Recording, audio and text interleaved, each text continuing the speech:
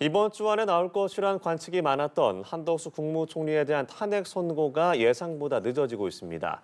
여기에 윤석열 대통령 탄핵 심판 선고 시점까지 고려해 여러 경우의 수가 거론되고 있는데요. 이와 관련한 내용과 한 주간 여론조사 흐름까지 김철현 경일대 특임교수, 배종찬 인사이트K 연구소장과 짚어보겠습니다. 안녕하세요. 네, 안녕하십니까. 안녕하십니까. 네, 윤석열 대통령의 탄핵 심판 최종 변론이 지난주 화요일에 있었고 이제 한 열흘 정도 지났습니다. 그 전에 한덕수 국무총리에 대한 탄핵 심판 선고가 언제 나올지 또 관심이 쏠리고 있는데 지난달 19일이 변론이었으니까 이제 꽤 시간이 지났습니다. 선고 시점 언제쯤으로 좀 예상하세요? 일단 뭐 오늘 이 선고전 최종 단계 이제 종합 평의를 한다는 거거든요. 예. 그다음 헌법재판관들 전체적으로 모여서 아마 결론을 내리면 아마 다음 주 초 정도에는 나오지 않을까 일단 전망이 되고요. 사실은 19일 날 변론이 종결됐기 때문에 아마 보통 보면 한 2주 안에 선고가 이루어질 것 같았으면 아마 원래는 이번 주 초 정도에는 나왔어야 되는 부분이 있거든요. 네. 근데 헌법재판소에서 19일 날 변론이 종결됐음에도 불구하고 국회 측에서 뭐 이 공수처에 대한 수사를 받아달라고 하면 그거 받아주고 그리고 검찰에서 또 수사 기록을 받아달라고 했는데 그건 또 거부를 당하는 어떻게 뭐 헌법재판소의 권위가 뭐 훼손되는 그런 일까지 벌어졌거든요. 그럼에도 불구하고 이제 오늘 종합 평의를 하기 때문에 아마 다음 주 초 정도에는 아마 한덕수 총리에 대한 탄핵 심판 결과가 나올 것 같고요.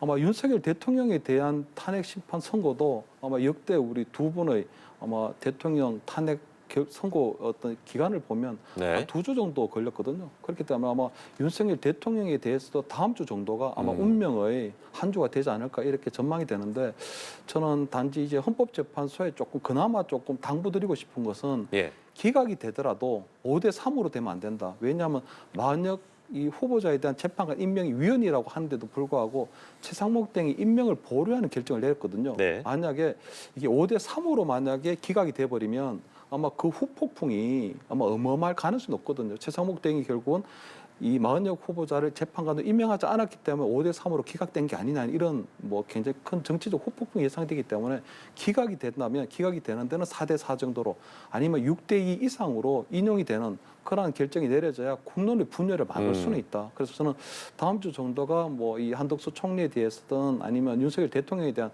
탄핵 선고가 내려지는 운명의 한 주가 될 건 분명한데 그 과정에 있어서 어떤 국론 분열의 가능성을 최소화하는 그런 현명한 결정이 좀 내려졌으면 하는 그런 바람입니다.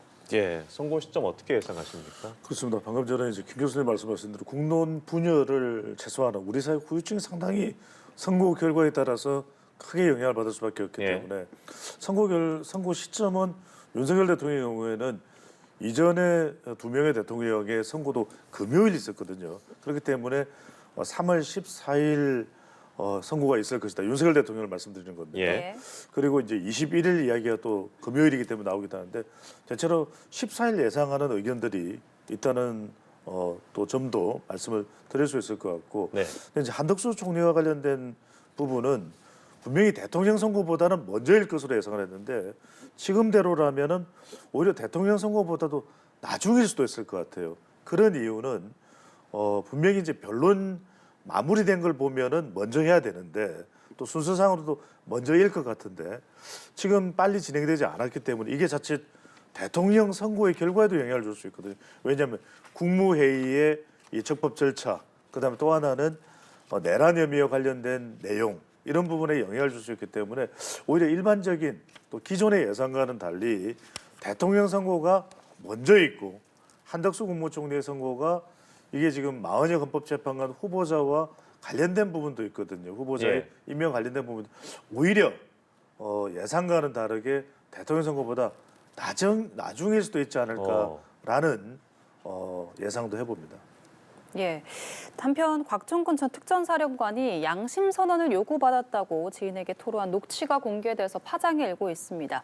이 부분이 윤석열 대통령의 탄핵 심판에도 영향을 미칠 수 있을지 궁금한데 어떻게 일단 보시는지. 너무나도 이제 좀 충격적인 사실이거든요. 왜냐하면 이 곽종근 전 특수정 사령관이 양심 선언이란 얘기하기 전에 내란죄로 엮겠다는 그건 굉장히 조금 무시무시한 그런 협박을 좀 받게 되는 상황이거든요.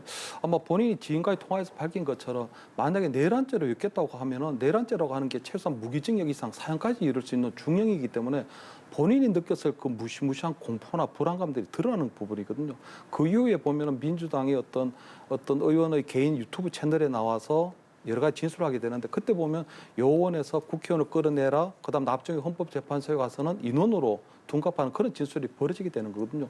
그렇기 때문에 저는 어제 그 이 녹취록에 나온 부분도 있지만 저는 기본적으로 이번 헌법재판소에서의 어떤 곽종건 전 특수정 사령관의 진술을 보면 계속적으로 요원에서 국회의원에서 인원으로 이렇게 결국은 계속적으로 오락가락한 진술을 했기 때문에 헌법재판소의 탄핵 심판에서는 일단 증거가 오염됐고 증거의 신빙성이 떨어졌다고 보고요. 특히 홍장원 전 국정원 1차장 같은 경우에도 어떤 메모의 작성 시점이나 시기나 이런 것들이 굉장히 그 조태영 원장의 CCTV가 공개되면서 다 부정되기 때문에 저는 곽종건 전 특수사령관이나 또는 홍장원 전 국정원 1차장의 증거나 증언이나 어떤 진술은 전혀 여기 뭐 탄핵 심판에 영향을 미칠 수는 없다. 다만 저는 그 이외에 아마 뭐 조지호 전 경찰청장이라든가 또는 여인영 전 방첩사령관의 어떤 검찰 조서 이런 부분들이 아마 탄핵 심판에 영향을 미칠 수 있지만 곽종건 전 특수사령관은 뭐 아니면 홍장원 전 국정원 차장의 어떤 증언이나 진술은 탄핵 심판에 전혀 고려 대상이 아니다. 증거 오염됐다 이렇게 해서 봅니다. 네. 탄핵 심판의 기준이 뭐냐가 중요할 것 같아요. 그러니까 분명히 각종건 전 특수전 사령관 뭐 혼란, 논란 또 분명히 보입니다. 그러다 보니까 곽종건 측에서는 그게 민주당이 아닌 고등학교 이 동기들의 요구다라는 얘기를 하는 것이고 예. 또 여야 간의 공방이 있습니다. 하지만 탄핵 심판 이것이 이제 이 혼란과 논란을 빚는 부분이 이 내란 혐의의 재판에는 분명히 영향을 줄 것 같아요. 이 발언들이 끌어내라 또는 군을 어느 정도 수준으로 투입을 했느냐.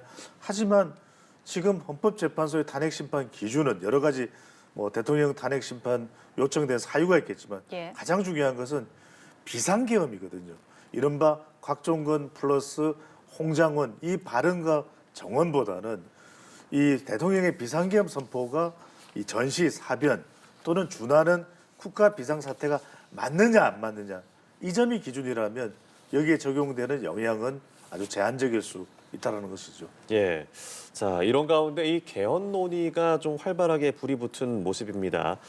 여야 잠룡 원로들이 어제 한자리에 모여서 개헌에 대한 대토론을 열었는데 이 자리에는 김부겸, 이낙연 전 총리, 오세훈 시장, 안철수 의원 등이 자리했습니다. 87 체제 수명에 다했다라는 점에 공감을 했고 개헌에 대해서 명확하게 입장을 밝히지 않는 이재명 대표를 압박하는 발언도 있었습니다. 어떻게 들으셨어요? 그러니까 지금 개헌 이야기가 왜 나오느냐. 우선적으로는 현실적으로 필요해요. 87 직선제 개헌 때 나왔던 이 5년 단위의 대통령 이건 생명이 다 있거든요. 우리 예. 지금도 보고 있지 않습니까? 또 국회도 국회 관련된 내용도 개헌이 필요합니다. 국회의원들의 지나친 권한 또 국회가 여소야대가 되면 대통령의 국정 운영이 힘들어지는 상황 우리가 지금 보고 있거든요. 그런데 또 다른 이유는 뭘까? 그래서 지금 개헌에 대한 요청이 불을 뿜고 있는 것이고 근데 두 번째로는 지금 내용을 들여다보면 이 개헌의 요구가 이재명 대표, 이재명 견제 성격이 또 강합니다. 그러니까 이재명 대표는 개헌을 이전에는 이야기한 적이 있지만 지금은 내란 극복이 우선이다라고 이야기를 하고 있기 때문에 오히려 지금은 강력한 이재명 대표의 질주를 좀 막을 수 있는, 견제할 수 있는 것은 또 다른 주제를 꺼내들어야 되거든요. 그러면 이건 개헌론이 아니겠냐. 그다음에 이제 두 분 앵커께서도 궁금하실 텐데 우리 또 시청자분도 궁금하실 텐데 저는 뭐 네. 데이터 분석하는 사람이에요. 그러면 이 개헌이 가능? 우리가 개헌이 나왔던 이야기 나왔던 지 한두 번이 아니잖아요. 개헌이 가능하려면 세 가지 요구가 충족돼야 됩니다. 국민들이 환호해야 됩니다. 적극적이어야 됩니다. 예. 또 유력 정치인들이 매우 적극적이어야 됩니다. 그리고 정당에서 아주 이것에 대해서 아주 구체적으로 접근을 해야 되거든요. 그런데 지금 이게 우리가 탄핵 정국이다 보니까 이런 이야기가 나오긴 하지만 국민, 정당, 유력 정치인, 잠룡이라고 할 수 있는 예. 이런 요구가 다 안 맞아떨어져요. 결국 이야기는 상당히 불을 뿜지만 실제적으로는 가시화, 현실화되기는 어려울 것으로 봅니다. 개헌 논의가 활발한 상황이고 여기에 또 이재명 대표의 견제론까지 나오고 있습니다. 일단 뭐 이재명 대표 같은 경우에는 조기 대선을 벌어졌을 때 탄핵이라는 그 정치적 반사이익만 가져가고 싶거든요. 그 탄핵이라는 상수. 근데 만약 개헌이라고 하는 새로운 변수가 들어버리면 여러 가지 어떤 대선 구도라든가 어떤 지형들이 흔들릴 가능성이 높기 때문에 이재명 대표의 입장에서 볼 때는 개헌과 일정한 거리를 두길 수밖에 없는 상황인 것 같은데요. 예. 근데 어쨌든 뭐 여야 어떤 잠룡으로 불리는 분들이 계속적으로 개헌 얘기를 하고 있고 정치권에서도 상당히 이제 뜨겁게 개헌 타이밍이라는 시점에서 뜨겁게 불어타오르기 때문에 아마 이재명 대표 입장에서 볼 때는 무조건 마냥 거부할 수는 없는 상황이거든요. 그렇기 때문에 어느 정도 지나면 이재명 대표도 지난 대선 때 공약 때처럼 개헌에 대한 입장을 보일 거는 보이는데 저는 그동안의 어떤 이재명 대표의 어떤 발언의 행태를 보면 개헌은 약속하지만 또 나중에 가서 왜 개헌하지 않냐 그러면 그때 가서 아마 내가 개헌한다고 하니까 또 진짜 개헌하는 줄 알았더냐 이런 식으로 또 말을 바꿀 가능성도 있어 보이거든요. 그렇기 때문에 저는 아마 이재명 대표 입장에서 볼 때는 조기 대선 형국, 조기 대선 상황에 맞게 어떤 변수들이 안정적인 관리 차원에서 이 개헌에 대한 어떤 접근을 할 수 있을 가능성이 높아 보이고요. 전 다만 지금 좀 우리 세 번째 대통령 탄핵 사태를 맞아서 아마 개헌 논의가 더 뜨겁긴 한데 저는 그런 4년 아니 5년 단임제의 어떤 대통령제를 네. 어떤 최대 8년 할 수 있는 4년 미국처럼? 중임제로 예. 바뀌게 되면 그럼 대통령 탄핵 사태라는 게 생기지 않는 것이냐 이런 것들에 대한 좀 근본적인 의문이 있고요. 제왕적 대통령 권력을 줄인다고 하는데 대통령 권력을 잘못 축소하다 보면 국회의 권력이 또 커지는 상황이 되거든요. 그렇다면 87년 체제에서는 그나마 대통령제와 국회 권력이 어느 정도 균형점을 찾았는데 만약에 어느 한쪽을 건드리게 되면 새로운 균형점을 찾기가 굉장히 힘들어지기 때문에 이번에 만약에 권력 구조 손대는 개헌이 이루어지게 되면 그 다음번에 또 균형이 맞지 않으니까 또 개헌을 하자는 계속적으로 개헌의 어떤 블랙홀에 빠질 가능성이 높아 보이거든요. 그렇기 때문에 저는 아마 개헌 논의는 하되 아마 지금이 적절한 타이밍인지 정말 개헌을 꼭 해야 될 이유가 국민적 동의를 얻을 수 있는지에 대해서는 좀 더 심도 있는 논의가 좀 필요하지 않나 이렇게는 보입니다. 예, 알겠습니다. 한편 이재명 대표가 지난 2023년 자신의 체포 동의안이 가결됐던 걸 놓고 검찰과 당내 일부가 짠 것이라고 한 발언에 진통이 크게 이어지고 있습니다. 비명계가 강하게 반발하면서 공식적으로 사과하라는 요구까지 나왔는데 계속해서 비명계를 만나면서 좀 통합 행보를 이어가던 이 대표가 갑자기 이렇게 발언을 한 이유가 뭐라고 보고 또 이게 어떤 영향을 미칠까요? 뭐 의도라기보다는 돌발적으로 나왔을 수는 있거든요. 네, 그런 예. 질문이 있었죠. 예. 그럼에도 불구하고 이런 갈등 발언은 좀 자제할 필요가 있다.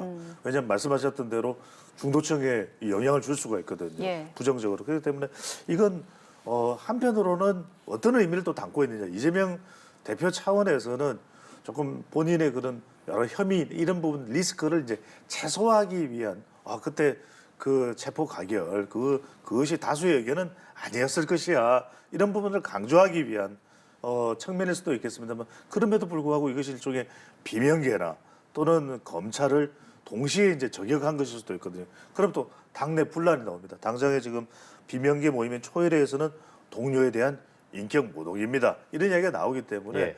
설사 이것이 뭐 돌출적으로 또 의도한 것은 아니다 하더라도 이재명 대표는 이런 발언들을 좀 자제할 필요는 있겠죠. 예, 이 대표의 발언에 대해 어떻게 저는 들으셨나요? 상당히 아마 정무적으로 아마 고도의 판단을 했다고 좀 보이는 게요. 왜냐하면 그때 본인이 단식까지 하면서 체포 동의안 부결을 호소했는데 그것이 통과됐거든요. 근데 거기에 대해서는 지난 총선 때 비명 행사라 그래서 비명계를 대부분 공천에서 배제를 했기 때문에 충분한 정치 보복이 이루어졌거든요. 그리고 지금 조기 대선을 하고 있기 때문에 아마 통합 행보를 하는 과정에서 이게 나온 거는 결국은 이번 달 26일 날 있을 선거법 항소심에 대한 결과에 대한 선거법 항소심을 앞두고 사전 포소를 한 걸로 보이거든요. 결국은 만약에 1심과 같이 유지가 된다면 항소심에서 그러면 당내 비명계가 또 이재명 대표 흔들기, 당대표에서 물러나라든가 아니면 조기 대선이 열리더라도 대선 자격이 문제가 있다는 식으로 굉장히 당내 반발이 커질 가능성이 높기 때문에 이번에 그때 당시에 어떤 비명계들이 했던 검찰 부역 프레임, 검찰과 짜고 나를 죽이려고 했던 검찰 부역 프레임을 지금 설정해버리면 3월 26일 날 설마 항소심에서 유죄 판결이 내려진다고 하더라도 그 비명계를 향해서 또 검찰 부역 프레임으로 또 반박할 수가 있는 상황이 되거든요. 네. 그렇기 때문에 저는 아마 이재명 대표 입장에서 볼 때는 조기 대선에서 가장 최대 리스크인 이 항소심 결과에 대해서 당내의 반발, 특히 비명계의 반발을 사전에 차단하려면 어떤 입틀막의 전략이 필요한가. 그 과정에서 볼 때는 이번에 이 검찰 보역 프레임을 들고 놓은 게 아닌가 이렇게는 보입니다. 네, 알겠습니다.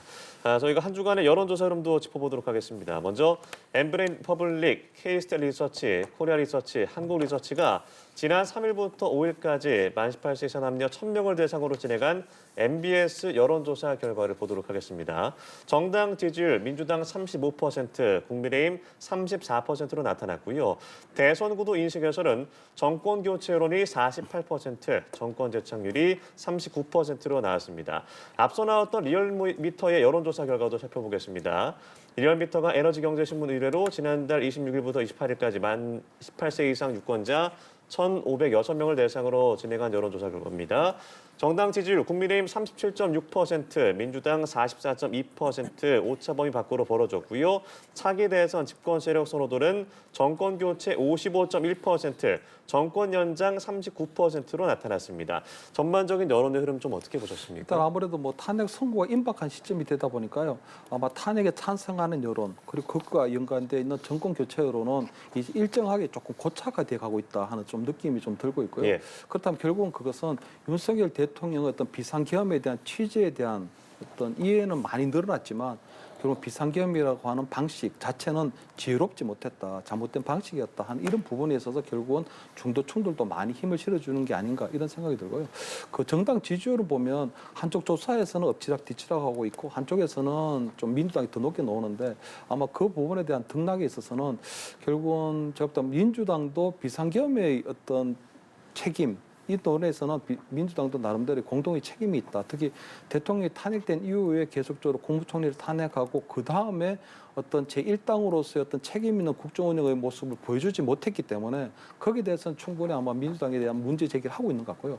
다만 리얼미터에서는 오차 범위를 벗어난 것을 보면 네. 결국 국민의힘이 그동안 어떤 광장 집회, 광장 보수 집회에 굉장히 집착하면서 윤석열 대통령의 어떤 탄핵 반대 당론을 계속 유지하게 되고 있는데 그 부분에 있어서는 조금은 지금 이 나름대로 이제 좀 새로운 또 움직임이 나타나고 있는 것이 아닌가. 그래서 전체적으로 민주당의 비상계엄에 대한 공동 책임론의 부분도 국민들이 책임을 묻고 있지만 나름대로 보수 강당 집회, 특히 윤석열 대통령과의 어떤 정치적 관계를 계속적으로 갖고 가고 있는 국민의힘에 대해서도 나름대로 약간은 견제하고 이 부분에 대해서도 좀 의아해하는 의문하는 그런 여론들이 조금 커지고 있는 것이 아닌가 이렇게는 보입니다. 네. 결국은 중도층이죠. 그러니까 이제 국민의힘과 민주당의 지지율이 이제 팽팽한 또는 이제 민주당이 우세한 다소 우세한 그런 지지율도 나옵니다. 정권 교체가 유지나 연장보다 더 높은 결과도 나오고 이건 이제 중도층입니다. 중도층에서 차이가 있는 것이거든요. 광장의 민심, 보수층은 결집하고 있지만 결국 성부처는 중도층이라는 것을 확인할 수 있는 여론조사 결과라고 해석을 할 수가 있는 것이죠. 예. 네. 차기 대통령 적합도 조사를 보면 NBS에서는 이재명 대표가 29%, 김문수 고용노동부 장관 10%, 오세훈 서울시장 8%, 한동훈 전 대표와 홍준표 대구시장이 각각 6% 순으로 조사됐고요. 리얼미터 조사에서도 비슷한 흐름이 이어지고 있습니다. 이재명 대표가 선두를 달리는 가운데 2위부터는 여권 잠룡 주자들이 포진해 있습니다. 선두인 김문수 장관을 제외하고는 나머지 여권 주자들은 엇비슷하게 엎치락 뒤치락하는 상황인데요. 리얼미터 조사에서도 눈에 들어오는 점이 있습니다. 잠룡 간 양자 대결에서 이재명 대표가 누구와 맞붙어도 앞서는 상황이지만 그동안에는 40%에 갇혀 있었던 것에서 이번에는 처음으로 50%를 넘어섰거든요. 이 결과에 대해서 어떻게 보고 계십니까? 그렇죠. 키워드는 중도입니다. 이재명 대표가 어쨌든 공세를 받듯 중도 표방 또 엔비디아 이 효과가 있다는 것이거든요. 그러니까 이제 지금 보면은 민주당은 이재명 대표로 모아져 국민의힘은 여러 명의 거론되는 잠룡들로 흩어져 이 차이가 크다 이렇게 봐야 되겠죠. 그래서 이제 이재명 대표가 그 동안에는 좀 이 효과가 나오지 않다가 이런 뭐 중도 효과라고 그랬죠. 예. 이게 나오면서 좀 더 기존의 지지율보다 더 많이 나오는 결과도 있다. 하지만 좀 지켜봐야 됩니다. 왜냐하면 이번 달에 큰 결과 두 개가 나오거든요. 네. 대통령의 선거 결과 또 26일에는 이재명 대표의 또 2심 선고 이런 것들의 결과를 보고 난 이후에 재편되는 여론조사 결과를 더 우리가 유심히 볼 필요가 있을 것으로 보입니다. 예, 어떻게 보시는지. 일단 뭐 이재명 대표가 지금 50% 한번 넘었다는 건 조금 일시적인 현상이긴 한데 지난주에 좀 주목할 만한 게 두 개가 있었거든요. 하나는 한국판 엔비디아를 육성하겠다는 겁니다. 네. 근데 그 중에서 30%를 국민에게 환원하겠다는 건데 그게 상당히 논란이 있는 정책 이슈였거든요. 두 번째는 아마 본인이 나중에 대통령이 되면 세종시로 집무실을 이전하겠다고 했거든요. 그렇게 되면 아무래도 중도층이 많은 충청권의 민심을 흔들 가능성이 있기 때문에 이번에 생각보다 박스권을 벗어나는 새로운 어떤 정책 어프로치가 있었다는 부분이 있고요.